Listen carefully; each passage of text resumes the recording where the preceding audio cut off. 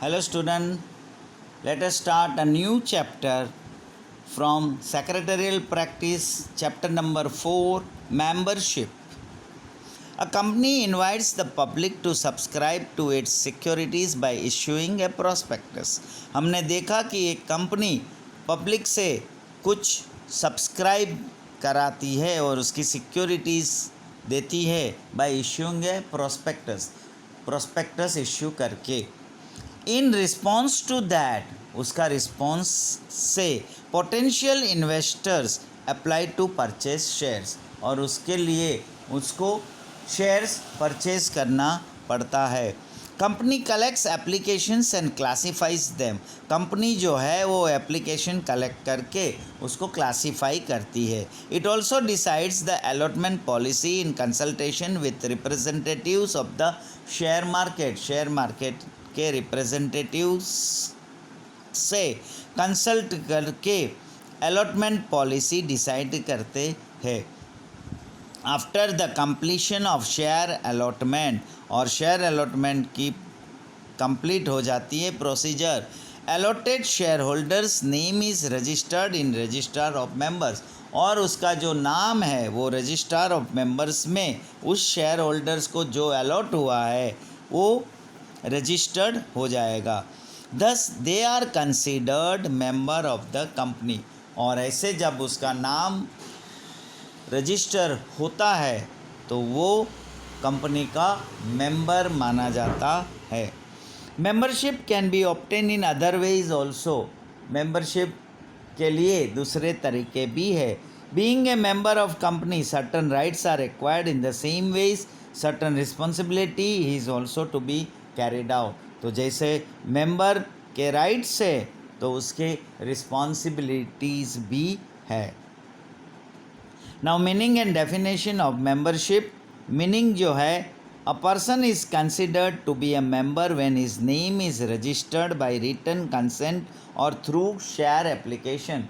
Share application के ज़रिए या रिटन कंसेंट के ज़रिए जब उसका नाम रजिस्टर हो जाता है वो पर्सन मेंबर कंसिडर्ड किया जाता है, एज अ मेंबर कंसिडर्ड किया जाता है। In short, to be a member a written consent and his name should be in register of members are required.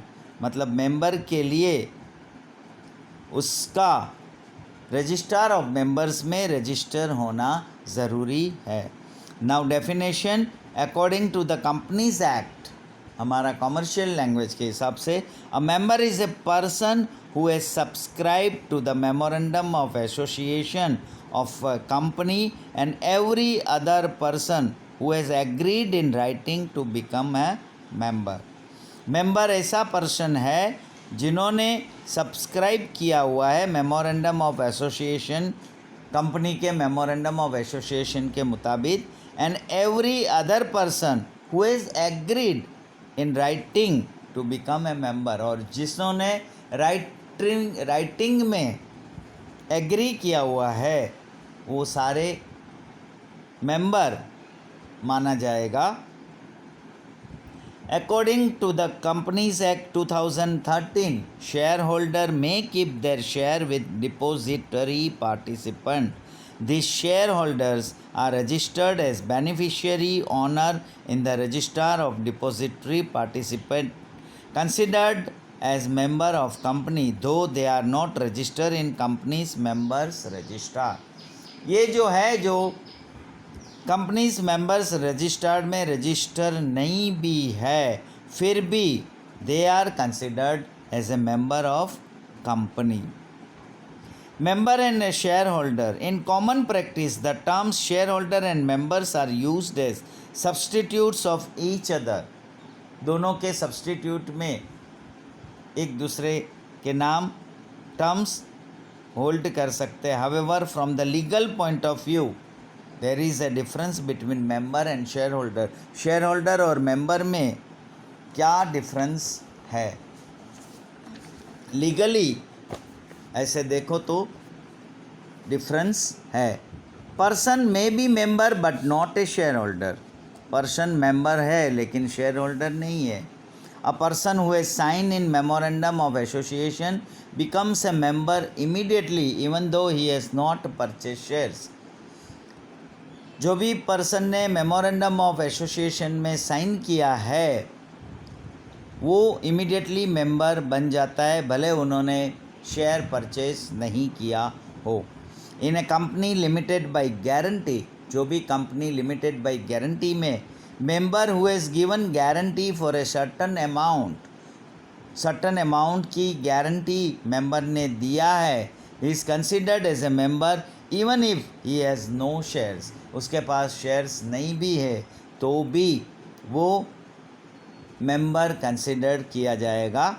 The person who has transferred his shares to other name is no longer a shareholder. जो person ने अपना shares transfer कर दिया दूसरे नाम पे दूसरों को, is no longer a shareholder, वो शेयर होल्डर नहीं होता. However he remains as member until his name is deleted from register of members. उसने ट्रांसफ़र जब तक नहीं होता, उसका नाम रजिस्टर से डिलीट नहीं होता, तब तक वो मेंबर कहलाया जाएगा लेकिन वो शेयर होल्डर नहीं कहलाया जाएगा. A company without share capital has no shareholder. A company जो है विदाउट शेयर कैपिटल है has no shareholder but still there are members. लेकिन वो मेंबर्स हो सकते, वो शेयर होल्डर्स नहीं हो सकते. Person may be A shareholder but not a member. जो ऊपर हमने देखा वो मेंबर है लेकिन वो शेयर होल्डर नहीं है, लेकिन यहाँ ये शेयर होल्डर है लेकिन मेंबर नहीं है. So person who has purchase shares he is a shareholder. Shareholder किसको बोलता है? जो पर्सन शेयर्स खरीदता है. But if he has not entered his name in register of members he is not considered as a member. जब तक उसका नाम रजिस्टर ऑफ मेंबर्स में एंटर नहीं किया जाएगा तब तक वो मेंबर कंसिडर नहीं किया जाएगा.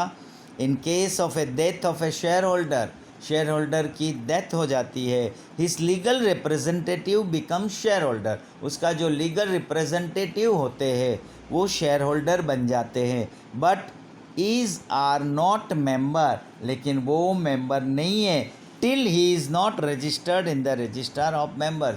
जब तक उसका रजिस्टर ऑफ मेंबर्स में उसका नाम रजिस्टर नहीं होता है तब तक. So the main difference between member and shareholder में जो डिफरेंस है, तो मीनिंग जो है, the person is a member by written consent और his name is registered by share application in members register.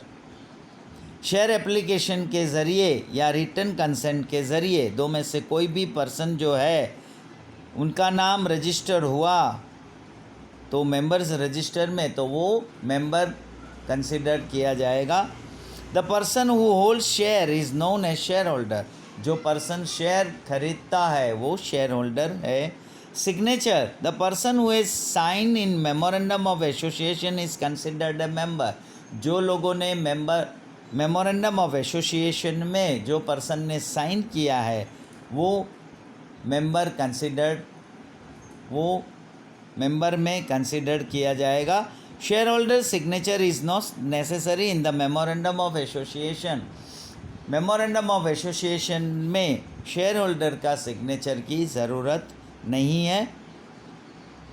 Transmission of shares, legal representative becomes member after transfer of share and entry of his name register of members. जो भी legal representative होता है वो member हो जाता है immediately after transfer of shares. जिसका भी शेयर्स ट्रांसफ़र हो जाता है वो मेंबर बन जाता है. And entry of his name register of members, और उसकी एंट्री जो होगी रजिस्टर में वो मेंबर्स की एंट्री होगी. शेयर होल्डर में legal representative become share holder after transmission of shares. Transmission of shares आपने देखा क्या डिफरेंस था. तो ट्रांसमिशन ऑफ शेयर्स में शेयर होल्डर बिकम जो है वो लीगल, जो उसका रिप्रेजेंटेटिव होता है, वो लीगल रिप्रेजेंटेटिव वो शेयर होल्डर बन जाता है जब शेयर ट्रांसमिशन हो जाता है. So we have seen the main meaning of members and shareholders. We have seen the difference between member and shareholders. So here we stop our lecture. Next lecture we will see more on this. Thank you.